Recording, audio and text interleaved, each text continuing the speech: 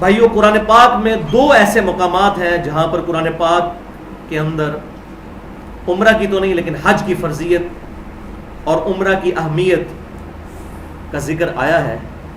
پہلا مقام سورہ آل عمران آیت نمبر 96 اور 97. بسم اللہ الرحمن الرحیم. ان اول بیت وضع للناس، بے شک پہلا گھر جو کہ بنایا گیا تھا لوگوں کے لیے، یعنی وہاں پر لوگ اللہ کی عبادت کریں. الذی ببکۃ مبارکہ، وہ گھر ہے جو کہ بکہ کے اندر ہے. یہ بکہ اور مکہ، یہ دو پروننسیشن مکہ شہر کے لیے استعمال ہوتی ہیں. وَهُدًى لِّلْعَالَمِينَ، اور وہ سارے جہان والوں کے لیے ہدایت کا مرکز ہے مکہ. اب اس آیت سے یہ بات اشارتاً بھی پتہ چل گئی کہ پہلا گھر جو بنایا گیا وہ خانہ کعبہ شریف مکے کے اندر جو ہے، تو ظاہر ہے کہ جب سے پہلا انسان دنیا میں موجود ہے اس وقت سے یہ گھر ہے، یعنی آدم علیہ السلام کے زمانے سے یہ گھر موجود ہے. بعد میں اس کی موسمی اثرات کی وجہ سے جب بنیادیں جو ہے وہ مٹ گئیں تو پھر اللہ تعالیٰ نے ابراہیم علیہ السلام کو اس کا صحیح مقام بتا دیا کہ یہاں سے اس کی بنیادیں اٹھائی جائیں. وہ اگلی آیت میں انشاءاللہ ذکر بھی کر دوں گا. فیہ آیات بینات، اس گھر کے اندر اللہ تعالیٰ کی کھلی نشانیاں ہیں. مقام ابراہیم، جن میں سے ایک نشانی ہے مقام ابراہیم، جہاں پر ابراہیم علیہ السلام نے جس پتھر پر کھڑے ہو کر خانہ کعبہ کی تعمیر کی تھی وہ موجود ہے. گولڈن کلر کی جالی ہے. خانہ کعبہ شریف کے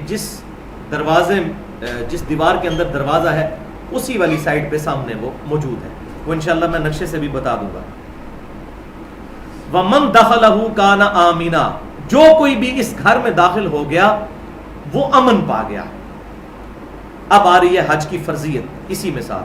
وَلِلَّهِ عَلَى النَّاسِ حِجُّ الْبَيْتِ، اور اللہ تعالیٰ کا حق ہے لوگوں پر کہ اس کے گھر کا حج کریں.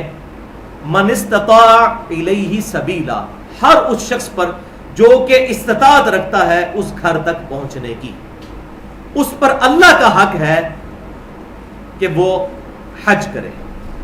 وَمَنْ كَفَرَ، اب یہ گاڑا فتویٰ آ رہا ہے ساتھ ہی، اور جو کوئی کفر کرے گا پھر فَإِنَّ اللَّهَ غَنِيٌّ عَنِ الْعَالَمِينَ، تو بے شک اللہ تعالیٰ سارے جہان والوں سے غنی ہے.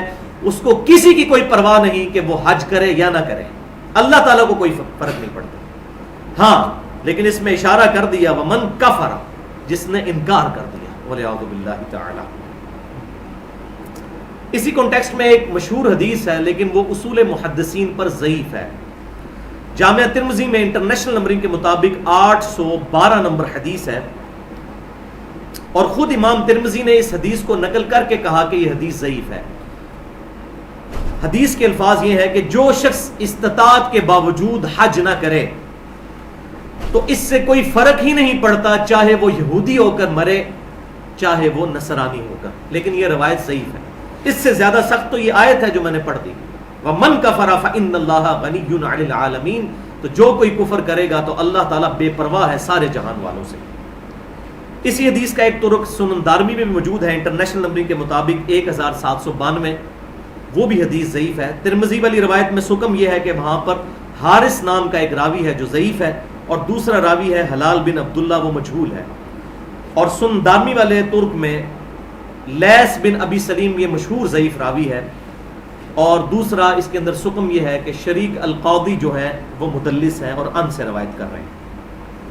دوسرا مقام قرآن پاک میں وہ ہے سورۃ الحج کی آیت نمبر 26 اور 27. بسم اللہ الرحمن الرحیم.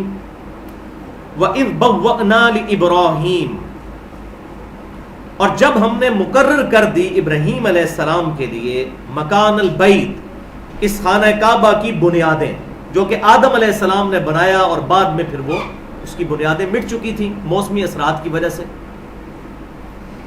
اور ساتھ ہی حکم دیا اللہ تشرک بی شیئا، کہ یہ سب کچھ اس لیے ہو رہا ہے کہ اللہ کے ساتھ کسی کو شریک نہیں ٹھہرانا.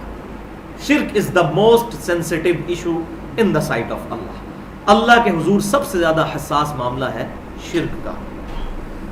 وَطَهِّرْ بَيْتِيَ لِلطَّائِفِينَ، اور اے ابراہیم علیہ السلام اس گھر کو صاف کرو طواف کرنے والوں کے لیے، والقائمین، اور قیام کرنے والوں کے لیے، والرکع السجود، اور رکوع اور سجدے کرنے والوں کے لیے، وَأَذِّن فِي النَّاسِ بِالْحَجِّ، اور اے ابراہیم اعلان کر دو لوگوں میں حج کے متعلق۔ اور پھر یہ معجزہ ظاہر ہوا کہ ابراہیم علیہ السلام نے جیسے ہی اعلان کیا پوری دنیا کے اندر یہ ابراہیم علیہ السلام کی صدا پہنچ گئی۔ یہ اذان کا لفظ ہم عربی میں اردو میں بھی استعمال کرتے ہیں، وَأَذِّن فِي النَّاسِ بِالْحَجِّ، لوگوں میں اعلان کر دو حج کے لیے، یأتوک رجالا وعلی کل ضامر یأتین من کل فج عمیق، تم دیکھو گے کہ ہر طرف سے لوگ پیدل اور دبلی پتلی اونٹنیوں کے اوپر سوار ہو کر دور دراز کے علاقوں سے اس گھر تک پہنچیں گے۔ دبلی پتلی کیوں؟ اتنی دور سے آئیں گے تو ظاہر ہے کہ اونٹوں کے جگر بھی پھر جلتے تھے، اتنا لمبا سفر